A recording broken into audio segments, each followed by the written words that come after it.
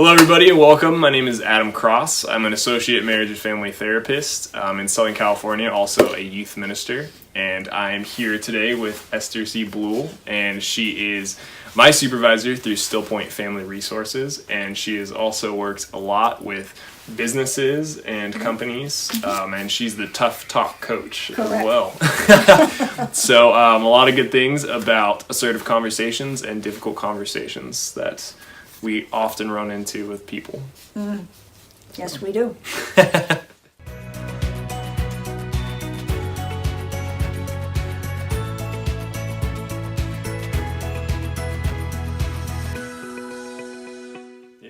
So this is helpful from, a fight in a relationship with a family member, a spouse, all the way to evangelization. Absolutely. Just these tools to slow things down, seek to understand, let them go first. Right.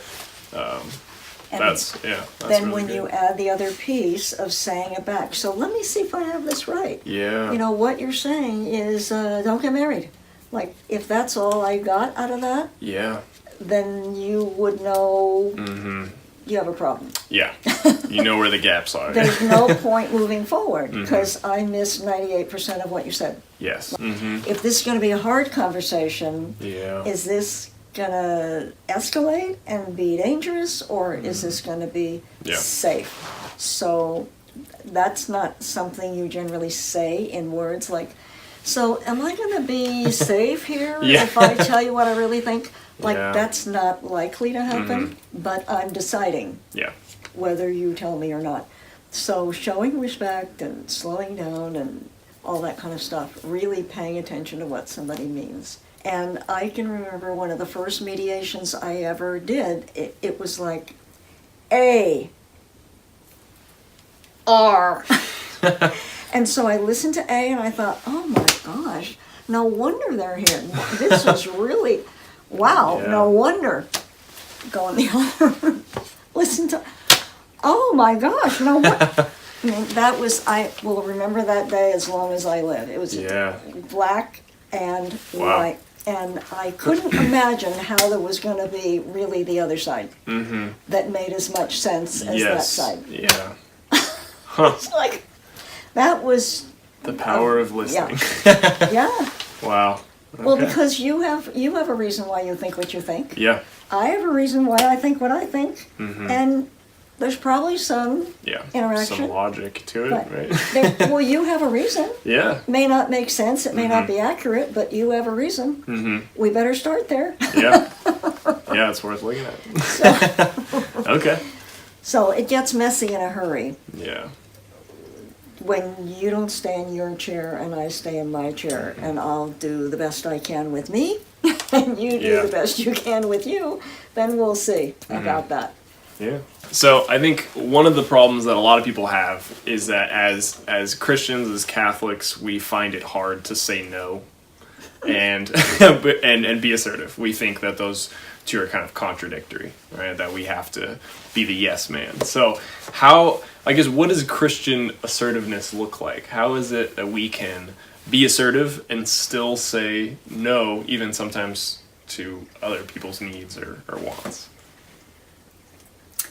So I don't really know that there's a difference in being a Christian, except maybe the expectations are different. Because you're a Christian, you're supposed to love everybody and you have to say yes to everything.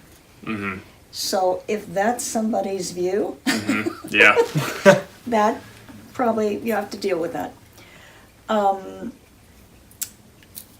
The fact is that there's a little John 8:32 is about the truth will set you free, right? It's if you can't say what's true, if you can't say something true, then you're going to be stuck. Yeah. And so a way to deal with that, let's say somebody's doing that to you, you just start by agreeing. So let me see if I have this right. You're telling me that you think that because God is love, that I'm not gonna ever be naughty or disagree or be angry. Yeah. Have I got that right? Well, no, I don't mean that exactly. So when you say back the meaning accurately, especially if it's something that doesn't exactly make sense or that's biased or obviously or whatever, when you just say back the meaning accurately, this is another little trick, right? Because I'm going to use your words. Yeah. Because you've said, well, obviously Christians have to love everybody and can't ever be mad because Jesus is love. Okay, so let me just be clear that I'm understanding, quote, the ridiculous thing that you just said. Yeah. So now I can respond to that.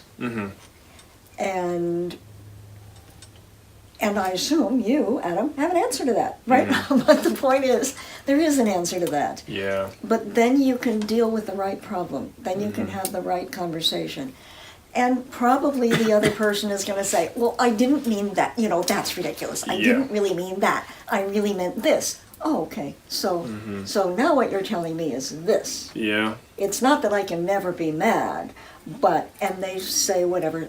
So oftentimes what happens, it's a perfect opportunity to understand somebody's bias or ignorance or misperceptions or whatever they are. Yeah.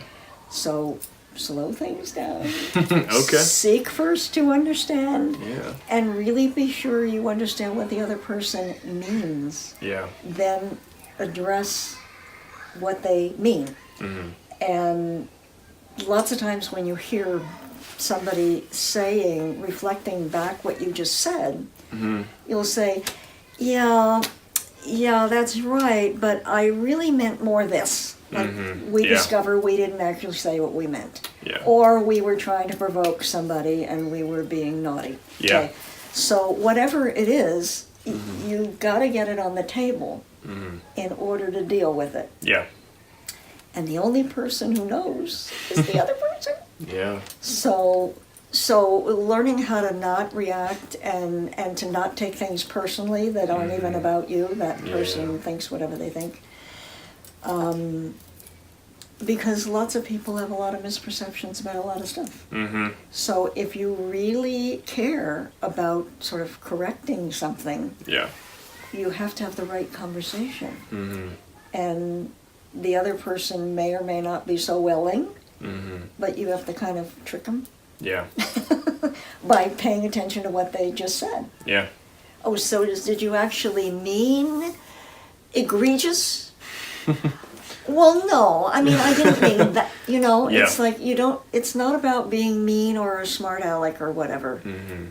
But I'm going to show you the respect of paying attention to what you just said. So it's being able to speak truthfully and then using those tools for assertive conversation and understanding what the other person thinks, giving them the ability to speak and listen and reflect on that is really important. I think it can be difficult to think like, oh, we have to say yes to everything. But if we don't have a relationship with ourselves and we say yes to everything, that's not very Christian. It's not Christ oriented either. Right. So it's important to be able to speak what is true and to be able to listen and have that conversation. Well, and every person's unique. So God created you and the way he did it and me and so forth. So it's not right or wrong.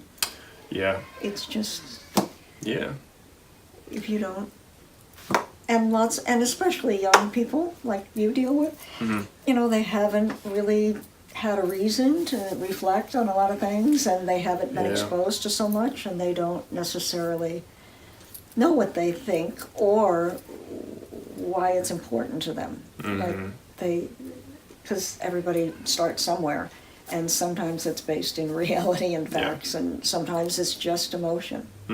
So that's fine, it is what it is, but so it sounds like you really feel angry about that. Yeah. Help me understand that. Like, that doesn't mean much. You're mad because you're mad, Yeah. So Okay. you have to have the right conversation. what are we really talking about here? Mm-hmm. And then it'll go somewhere. Yeah, and I guess talking about all these things, I think to Scripture and seeing Jesus engage in conversations is largely asking questions. Mm-hmm. Yeah. And seeking to understand. I mean, he would ask questions even though he knows the answer. Exactly. He waits to hear it and meets them where they're at. Yeah. And is still speaking that truth, right? Mm-hmm. Is not saying yes to everything willy-nilly. Well, he was not a wimp. Yeah. I mean, he did throw the money-changing tables up, it's like... Yeah. And especially the Jews at the time, they're like, okay, we want a ruler, we want a king. And he could have been like, yeah, sure, I guess I'll do it. But, but it's not about just saying yes to everybody's needs, but it's looking at really what they actually need, and meeting them where they're at. And obviously... Well, he understands. Also, just thinking about you deal so much with young people, it's what you want is to help them figure stuff out, mm-hmm. to help them figure out what they think and what they feel and what they mean and why it matters and all that kind of stuff. Because it doesn't do any good for me to tell you, okay, well, here's what you ought to do. It's like you have to have it make sense to you, mm-hmm. and then you have to try it, and then okay, this is good, this works, great. But you're not going to do something or think something just because I tell you. Mm-hmm. Like it has to be connected, engaged. There's a Saint Pope Paul VI. He said that modern man listens not so much to teachers as they do witnesses. And if they listen to witnesses, or if they listen to teachers, it's because they're witnesses. Mm-hmm. And I think that's so true for young people, is that, and even myself, if we have people speak at us, it's like, okay, that's a great piece of information, but if somebody witnesses to us and inspires us, and not only gives us like steps to take or tools, but can also help us want to move, that is so much greater and so, so much more powerful and impactful than just a teacher saying, memorize these facts, take these steps. So that has really transformative influence in that way. So I guess my last question is, you just wrote a book, and yes, it's called Getting Unstuck? Correct. Okay. Experience the joy of finishing strong. Nice. So lots of people settle. Yeah. It's like, well, I mean, I always fall, I do kind of fly off the handle, and that's just how I am. Yeah. Well, is that working for you? Does it get you in trouble? Well, sometimes, but it's just how I am. Okay, well, you can either keep doing what you've always done that doesn't work, or you can maybe change. Okay. So it's about not settling, not just saying, gee, I don't know why I think that, or I don't know why I don't like that, or figure it out. Yeah. And that's deciding to be important to yourself and to create a life that's meaningful, fulfilling, and joyful. So I believe that God gave everyone gifts and talents, and that we have both an opportunity and an obligation to use them and share them. Yeah. So the idea is that live, I think Jesus gave us that joie de vivre for life, He was not a wimp or a downer. It's kind of like, go for it. Yeah. Like, I gave you all this stuff, use it. Yeah. Go for it. Cool. So the book is 12 kind of life lessons, like start with the end in mind and seek first to understand that it's not what happens to you that matters so much. Yeah.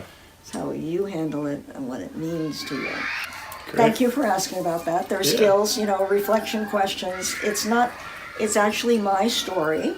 Okay. My life story, written as a story, but it's really about a reader kind of reflecting on their own life and their own story, so that they can decide and learn how. There are skills in the back of the book, how to do stuff, how to manage expectations and let go and listen and all that stuff. So anyway. That's great. Wow. So where could somebody find Amazon? your book? Amazon? Amazon and my website, which is toughtalkcoach.com. Okay. Awesome. You can buy it. Awesome. Very cool. Well, thank you so much for coming. Yeah. It's great. Yeah. It's good to see you. And if you have any questions for us, feel free to comment below or hit like, or there's a subscribe button somewhere over here. And you can also shoot us an email, and you can find Esther on like Facebook and your website. Yes. And a couple different areas. So, thank you for watching, and God bless. Thank you.